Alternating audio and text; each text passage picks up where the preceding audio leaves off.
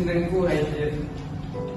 Saben dina aku tansah ngiringke awakmu dhewe.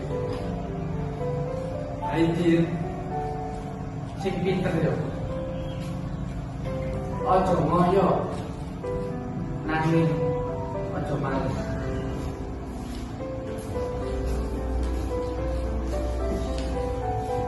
Aku seperti tani ngasih kamar siap-siap dari sekolah. Biyen aku kerep males nanging saiki aku ngerti yang kerajinan kuwi ora mung kanggo miyo nanging kanggo awak dhewe.